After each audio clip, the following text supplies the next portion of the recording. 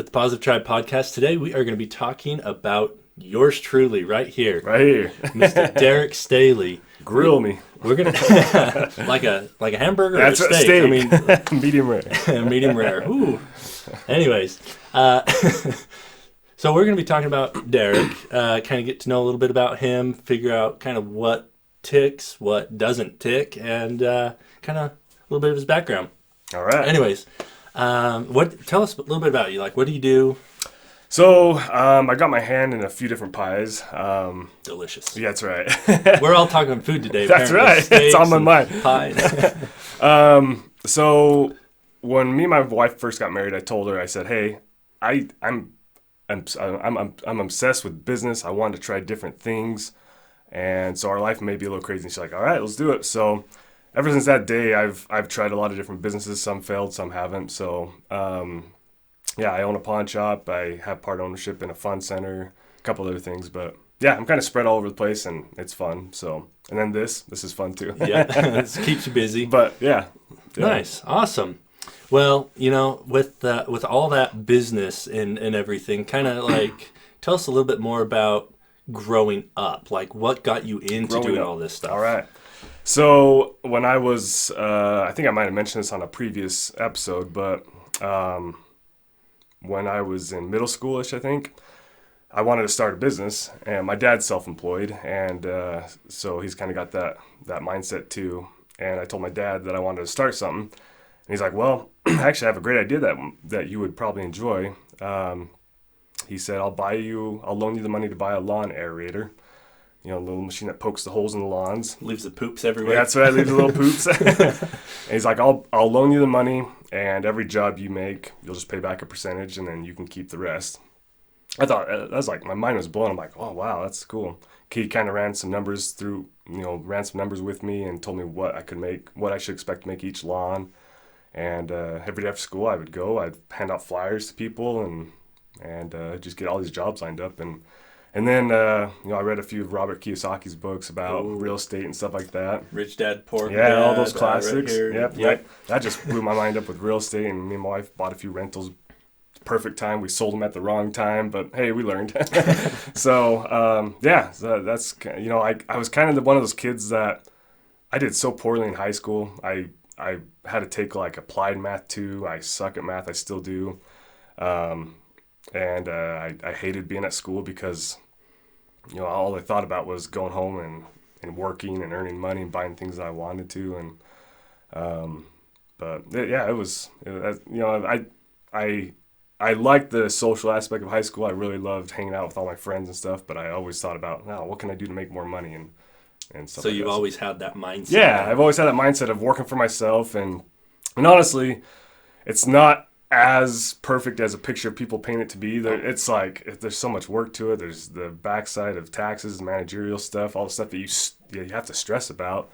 But it is one of those things that you can't go back to working for someone once you've tasted that side of the thing of I can do what I want, and I can set my own schedule. I can work as hard as I want, and obviously the harder you work, the more you get in return. Exactly. You're not working for someone and making someone else money.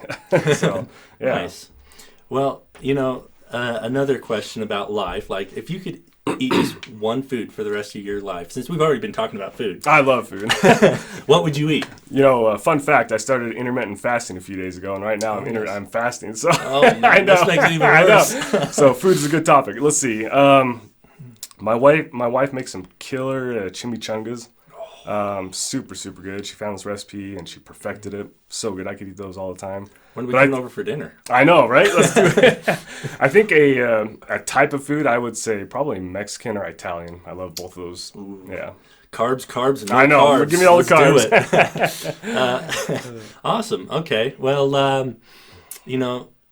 going back to as a kid, we talked a little bit kind of on how you got into the business stuff, but how were you as a kid? Like, I was in high school, the kid age in high school, I was very outgoing, social. I kind of hung out with every crowd. I don't know what I would label myself as, like a nerd or I definitely wasn't a jock, but I tried a few sports. I did mostly running. I wrestled 1 or 2 years. definitely a band nerd. I was in every type of band there was, marching, jazz band, stuff like that. What'd you play? The saxophone. Saxophone. Oh, that's right. You mentioned that. That's right. Haven't touched it since. My kids keep bugging me because they found out I played it, and I don't know if I definitely couldn't play it right now, I don't think. But in middle school, I was a troublemaker. I hung out with this kid he's now my best friend. Me and him, we've been friends since like 3-4 years old, nursery in church. And he got me into a lot of trouble. we would go to the local gas station, and he would shoplift stuff. And oh, man. So he was funny. We got into a lot of trouble. But yeah, I don't know. I don't know what type of kid it was. I was kind of like all over the place. So yeah, well, you were very inquisitive. Yeah, that's true. I think where you got your business mindset and stuff from, is because you've always just wondered and you've always just kept learning, self-learning, and good point. Stuff. Yeah. Speaking of learning, so did you take any college courses or anything after, or was it all just self-taught? I did. When I was on my church mission. About that time, I knew it's weird because I went from like entrepreneurial to I wanted to be a teacher. I wanted to be some type of teacher because I love teaching. I love dealing with kids and stuff. So when I got off my mission, I went to college and just took a bunch of general classes and kind of started going down that path of being a teacher. I'm like, oh, I quickly realized that it's not for me. I still love teaching, but I could not be in that setting of having my hands tied with certain rules and stuff. Mm-hmm. So I quickly changed my focus to public speaking.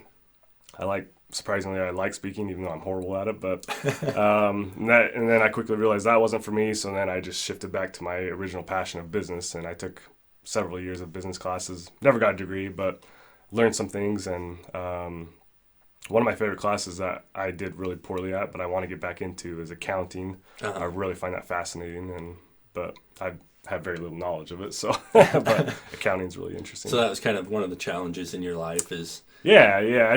I don't know. For some reason, my mind doesn't really click with math, numbers, accounting, knowing where to put expenses and stuff. I mean, I know the basics, but yeah it's fascinating, but my mind doesn't work like that, I don't think.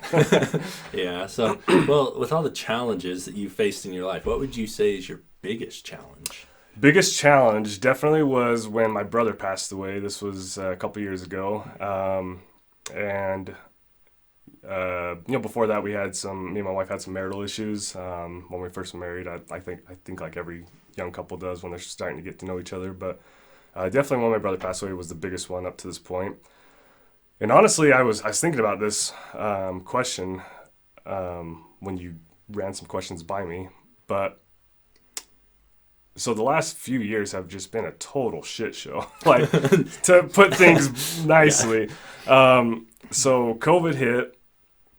And that was just a nightmare for everyone. And then my wife's mom got cancer, and then after that, my brother passed away. And I feel like it's just been one thing after another. And I don't know if the good Lord's trying to test me with something or trying to make me figure something out. But so that, my brother, we'll probably talk about this later on another episode. I'm sure we'll talk about suicide. Maybe that's a topic that needs to be talked about more, with having a positive mindset or death in general. But my brother committed suicide, and for any of you that have experienced any death and or suicide, it's just one of those things that, I know you've gone through death, but it's one of those things that you just, I feel like most people think about every day. Like there's probably not one day that goes by that I don't think about the what ifs or what I could have done better or whatever. But and then you can never be prepared for it either. No, you can't. No. And then even with someone with cancer, and the doctors have told you, and and deep down that they're probably going to pass away, they're probably not going to beat this, you still can't prepare for death. It's just, it's one of those situations where you take it for granted when the person's here, and when they're not, there's a void. There's a void, yeah, you can't, So. And then you just run through your mind all the things that you wish you could have done, things that you wish you could have said. Exactly. Yeah, it's a tough one to get through, for sure. But I've learned a lot, and honestly, that's part of the reason why I don't know how we came to be with this podcast. I can't remember, but that's part of the reason why I wanted to do something so badly like this, because life's just hard in general. So I think that you gotta it's going to be hard one way or another. So are you going to be pessimistic or negative about it, or you're going to try and be positive about it. You have no choice. You're just going to have to figure out what you're going to do. Yeah. So have you always been a positive person then? I don't know. I thought about this question a lot too. I feel like I have always been a realist. Is that the word? A realistic person. Like life is life, and so I don't know if that's considered pessimistic in a way, but I definitely haven't always been this positive, and I still am not. I don't consider myself like a super positive person, because I definitely have my days where I'm like, I don't know why I'm doing this business. I don't know why I'm trying this, but I try and flip that mindset quickly. So yeah. So you're positive, but you err on the side of caution. Yeah, So, definitely. Gotcha. Mm-hmm. Okay, good. I mean, I feel that that's how most people are. Yeah. Is they're not pessimistic and they're not overly positive. Like we talked about in one of the last episodes, being overly toxic positive. almost. Yeah, it can be toxic, and so I think it's good to have a good balance for sure. Yeah, exactly. And so speaking towards the positivity thing, like, is there any words of wisdom or like a phrase or saying that you live by, or that you feel that other people should live by? Not anything like related to positivity per se, but I guess you could take this same phrase and change a few words. But when it comes to finances and just life in general, I guess me and my wife always say, if we're trying to decide, should we spend this money on this, or should we buy this, or should we go on this cruise or whatever, my saying has always been, money comes and goes, so just do it. Yeah. You can always save up money again and do something else. So if you're wondering, should I buy that classic car that I've always wanted, or should I go on that cruise, or should I buy that business, money comes and goes, just do it. Yeah, just do it. Nike. No, that's right. That's right. But yeah, so it's like, and that's a great way to look at life too. It's because, there's $1.7 trillion in circulation right now in the United States. There is $7 trillion in the whole world. So it's like, there's plenty of money out there. Plenty of money. Yeah. Plenty of money out there. So, and this is just what's on paper, and coin. Right. There's also, all the virtual money that banks loan out and all this stuff. And so there's a lot more than just that. Right. But money, they're going to keep printing it. Yep. So yeah, just build those memories. Exactly. You don't have regrets. A $600 cruise today in 10 years would be a $1,400 cruise. We don't know. Yeah. Inflation and everything, it's hard to say. Right. So you might as well do it now, and it's $600 And that's really what flipped in my mind after, going back to my brother that passed away. Up until that point, me and my wife were just hustling and grinding, and we weren't really making memories. And then when my brother passed away, I'm like, my gosh, who cares?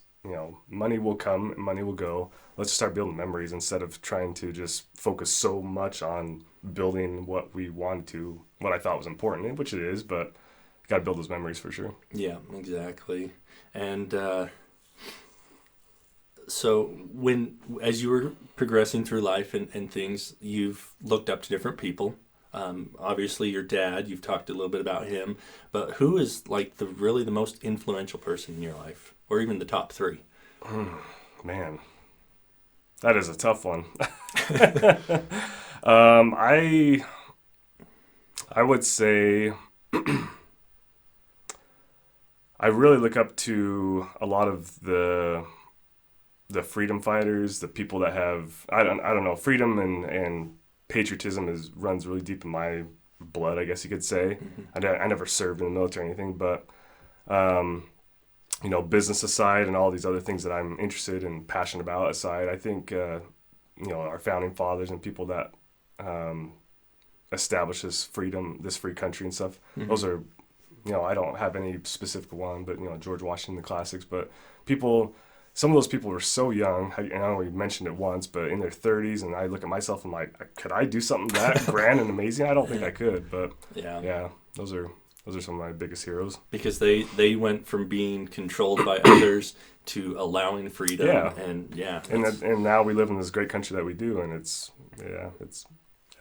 something I look up to. So you kind of, I would almost say, kind of geek out on that stuff, the freedom stuff and everything. I geek out on a lot of things. I have a lot of areas of geekiness, but yeah, freedom, patriotism. That's definitely something I will always be passionate about. My wife probably drives her crazy when, yeah, we're not going to get into politics again. But, so that's one thing. I love classic cars. That's another thing. I know you have a classic truck. I'm jealous. I need to buy something and restore it. Or just leave it, and then we just cruise around. That's right. That's right. Yeah, those are some things I love. Yeah. So, with the Halloween coming up, I mean, it is getting that time of year, and spookiness is coming out. What's something you're afraid of? So this is something that is interesting. So... Sorry. Mice, huh? Mice. So I told you and Shanna a while ago that I was going through some personal crap. Mm-hmm. So this is something that was like so out of the norm, and it scared the heck out of me. And it put other things in perspective too. So long story short, I had to take a DOT physical to be able to drive a box truck, which is the advertising business that me and my partners are getting into. And so I don't do doctors. I haven't gotten a physical for like 20 years. Mm-hmm. And so I went and did this physical, and he checked my eyesight, my hearing, and then he had me pee into a cup. And he's like, well, everything checks out except you have something serious going on. I'm like, well, what is it? He's like, you have a lot of blood in your urine. I'm like, oh, okay. What does that mean? He's like, well, it would indicate an infection if there was white blood cells and protein and other thing, but there's nothing there, so it could be cancer. I'm like, oh, are you serious? And he's like, I need you to go schedule something with your primary care doctor and get it checked out ASAP. So I did, and so he said the same thing. He's like, well, yeah, there's definitely something going on. There's too much blood. There's any blood in urine is bad, but... And so... he sent me to a specialist, a urologist, and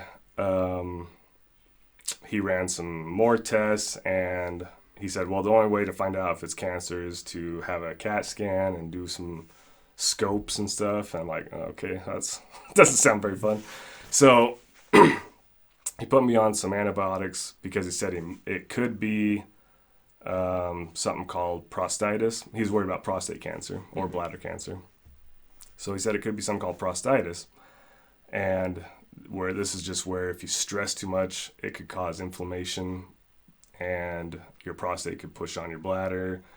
And I was also I was urinating like 5 times a night and like 10 times a day. You're an old man. I know, right? I'm like, my wife's like, how did you not catch this? You thought peeing 15 times a day was normal? I'm like, I don't know. It just snuck up on me. And so, long story short, I'm on these antibiotics and things are starting to clear up. I haven't got the CAT scan yet, so I think it's nothing serious. But during that time, all of these thoughts went through my head. I'm like, okay, well, if I die, what is my family going to do?